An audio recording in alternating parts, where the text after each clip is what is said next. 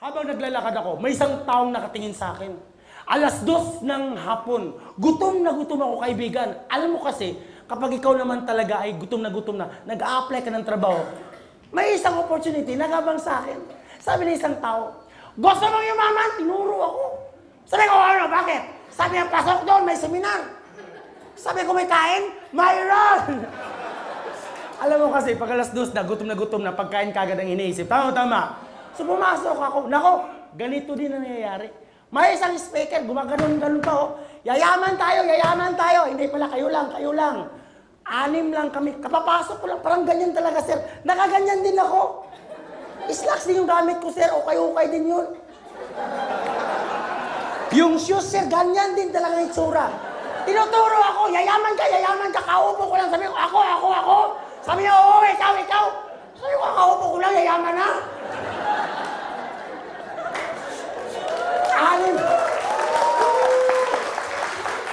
6 lang kami.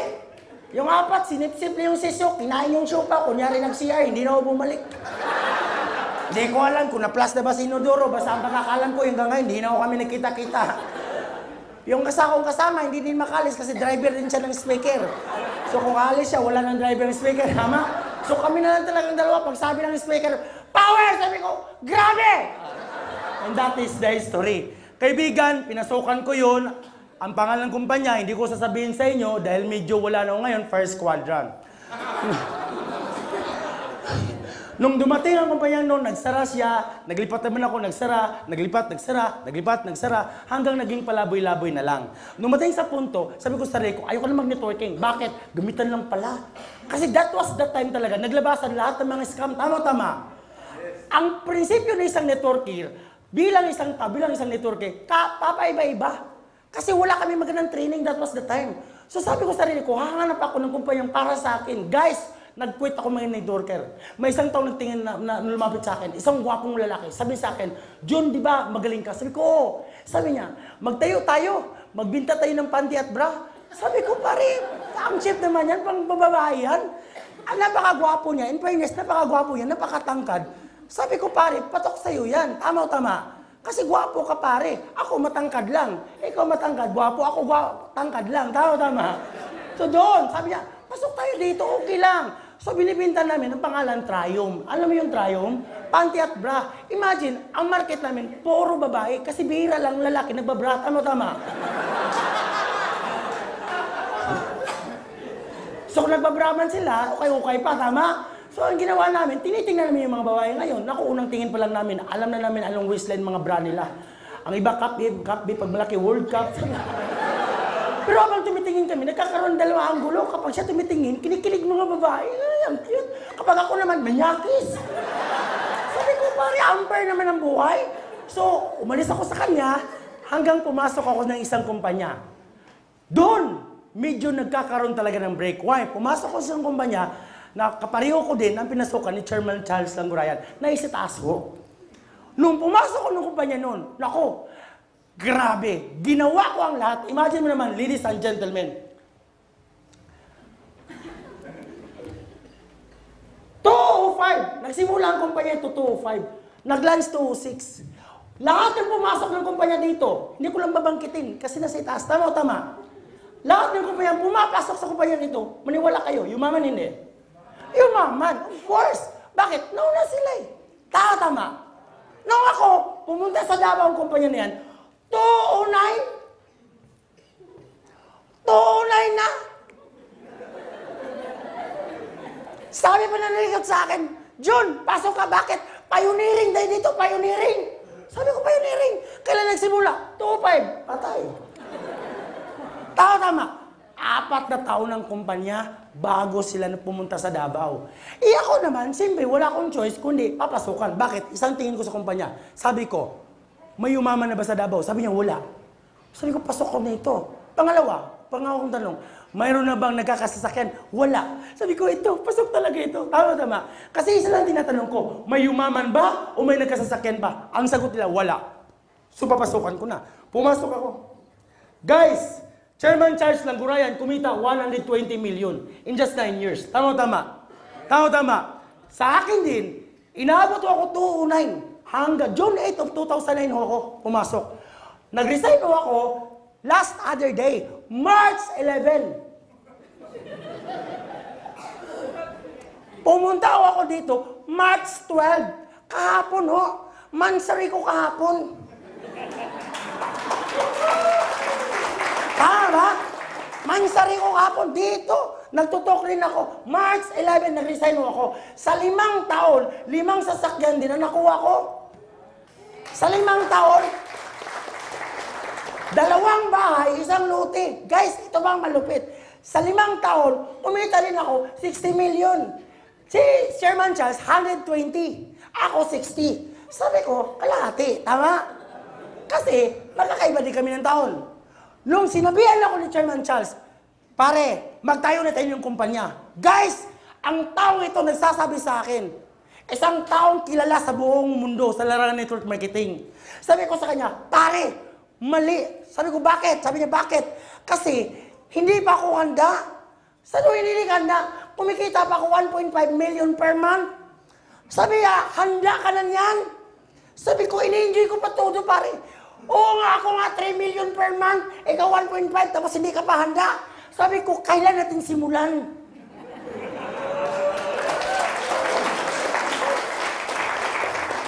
Guys, yung sistema nito, dito nyo makikita ang credibility ng isang may-ari. Why? Kami kaming 5, talagang binitawan namin kung anong dapat bibitawan. May mga tao nagsasabi sa amin, ang sayang naman yan. Tama-tama. May mga tao, mga siraulo na siguro yan. Tama-tama. Bakit? Iniwan ang laki ng kita. Tama-tama. Guys, kami na ho, nag-i-enjoy. Kami ho. Ang tanong, yung papasok dito sa ilalim namin, na nagpapapicture. Yayaman ba katulad namin? Simple lang tanong, kami yumaman na. Kami sikat na. Kami nasa top na. Pero ito magpapapicture pa. Yayaman pa ba? Huwag na tayo maglokohan. Guys, sabi ko, hindi ko na kaya sa konsensya. Sabi ko sa kanya, pare, kasi pareho kami ng puso. Pusong mamon. Sabi ko sa kanya, pare, hindi ko na kaya. Masigmura yung mga leaders ko, mga downline ko. Bakit? Ang daming hinahataw. Alam ko na kanapunta nila dito sa bayan. Alam ko. Hanggang kikita lang sila, pero hindi na yayaman. Gusto nyo malaman? Gusto nyo bang malaman bakit natayo ang I-1 Corporation? Yes. Sabi nga nila, natayo ang I-1 Corporation, which is the perfect timing. Sabihin nyo, perfect timing. Perfect. Lakasan nyo, perfect timing. Perfect. Hindi namin tinayo ang I-1 Corporation, na tinayo lang dahil na-terminate kami. Hindi o. Kusa kami nag-resign.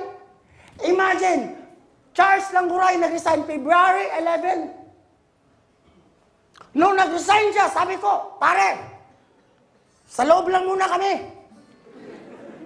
Para magawa natin ang marketing plan. Tama. Sabi niya, sige, gagawin natin ang marketing plan. February 11 yun. March 10, nung natapos marketing plan, sabi ni Parin Charles, Anthony, magpasa ka na. Pasa na si Chairman Anthony. Sabi naman niya sa akin, ikaw na naman, June Nagaraw. 11, pumasa na naman ako. Doon na yanig at nag-change ang kanilang pangalan. Loyalista na sila. Ano nangyari? Gusto mo malaman? Gusto mo malaman? It is simple because why? I-1 creating on its perfect time. Gusto mo malaman bakit perfect time? Yes. Guys, way back 1998,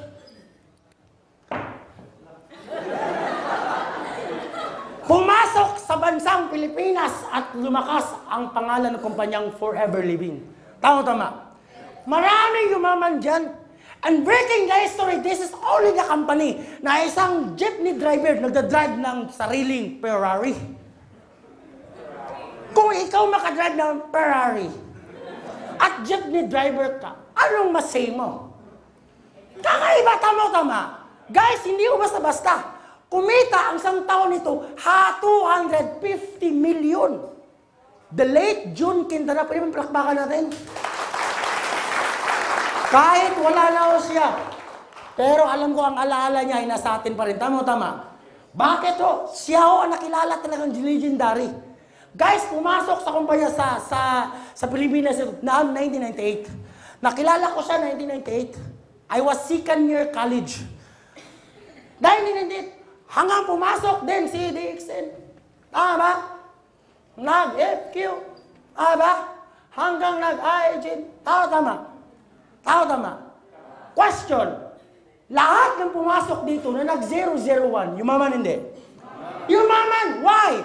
Because they believe the law of first. Can you say law first? Law of first. Batas yan. And nobody can defy the law. Batas yan.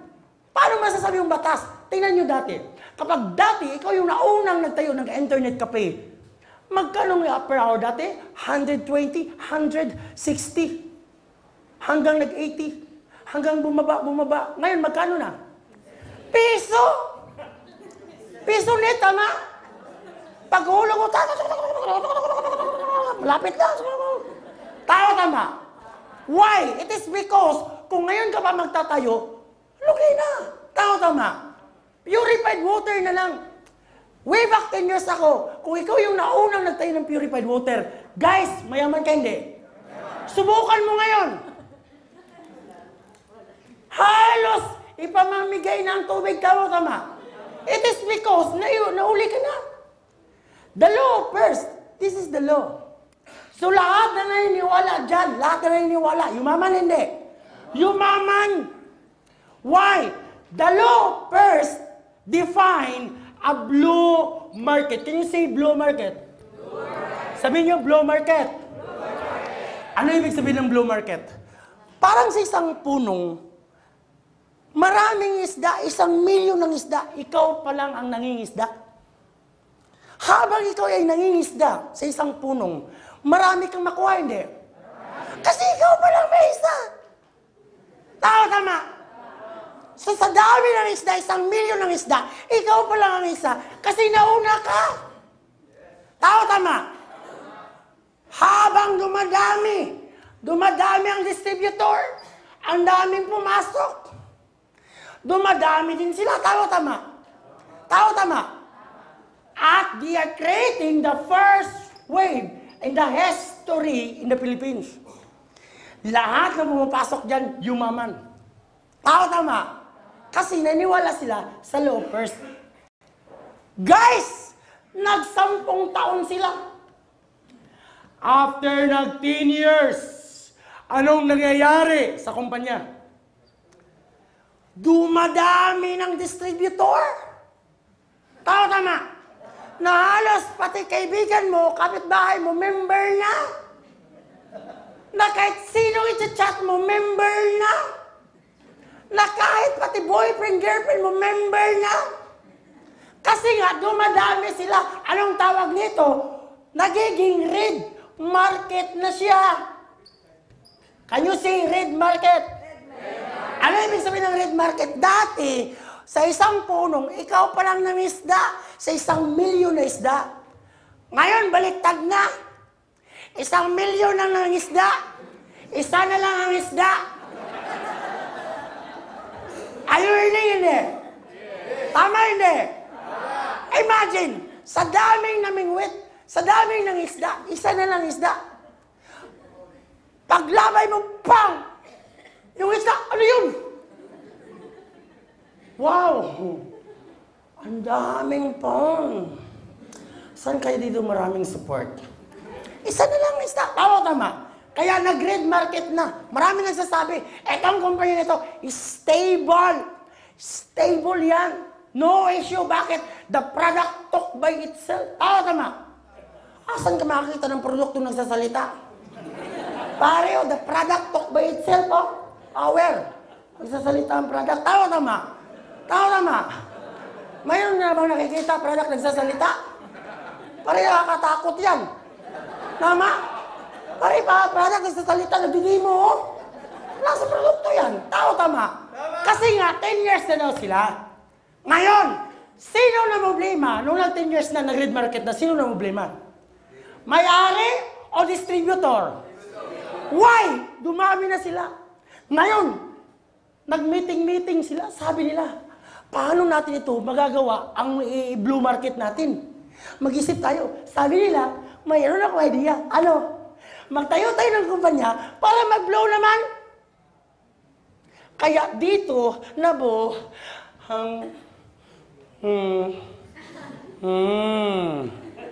nagtayo si,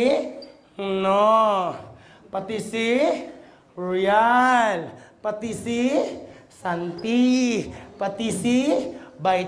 Sino mga mayari dito? Top earner din dito. Tama o tama? Nagtayo sila para babalik naman ang blue market. Kasi red na eh. Red na blood. Red blood na. Tama. Nung nagtayo sila dito, anong nangyari sa market ngayon? Red or blue? Blue na naman. Bakit? Panibagong kumpanya.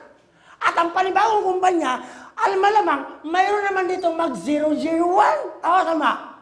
At naniwala naman sila sa loafers. Tama. Kasi ang ibang tao hindi naniniwala dito sa loafers.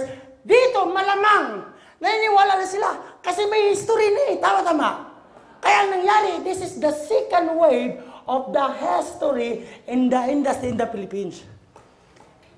Tama. Question, lahat bang pumasok na nag-001 dito? Yumaman hindi? Yumaman hindi? Yumaman. Why? Kasi nga nag-low first sila. Naniwala sila. Ngayon, maraming yumaman. Maraming yumaman. Ang tanong, nag-10 years na din sila.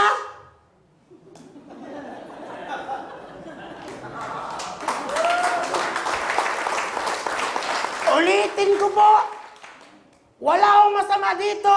Kaso lang, nag-10 years na din sila. In short, nag-red market na. Tama o tama? My point of view, ladies and gentlemen, try to analyze. Kung papasok ka sa isang kumpanya, huwag yung pasok ng pasok. Kailangan mong perfect timing. Perfect time. Why? Mahirap kung pumasok ka, na ang dami nyo na, tama. Ang pinairal mo, emosyon mo. Andiyan lang kasi mga friends ko. Diyan na lang ako. Anak, kunting tiis na lang ha. Matagal naman tayo nagtitiis, tama? Tama? Kasi na-emosyon na. Tama yun? Question. Ang tanong ko ngayon, lahat bang nag-001 dito yumaman ba? Yes! Tanong, may nakilala ba kayo na mga top earner dito na nagtayo ng kumpanya ngayon? Yes! Uulitin ko na naman. May nakilala ba kayo na mga top earner dito na nagtayo ng kumpanya ngayon? Yes! Anong pangalan ng kumpanya? And this is the perfect timing. Kaibigan, hindi sa tinayo para tinayo lang. Hindi ho, tinayo namin siya para sa perfect timing. Sabihin sa sarili mo, perfect timing. Kaya sabihin mo sa katabi mo, perfect ka talaga. Kaya mag-join ka na. Kaibigan, ang hirap. May mga tao dito halos tinitingnan pa. Totoo ba talaga yan? Guys, imagine mo naman, Mindanao, walang product. Nagmamarket kami doon. Ang lisensya lang namin, trust, receipt. Trust, receipt. Sa dami doon, guys, imagine, umabot kami ng 200 plus registration sa lahat ng buong Mindanao. Halos baliw ang buong Mindanao sa iWon Corporation. Bakit? Imagine, naranasan niyo na bang nag-pioneering? Naranasan niyo na bang nag-pioneering? Kung hindi niyo pa naranasan ngayon, maranasan niyo na sa iWon Corporation. Tanong. May mga taong ayaw pumasok dahil po may pioneering. Okay lang yun. Okay lang. Why? Kung hindi ka papasok ngayon, papasok na ang third wave.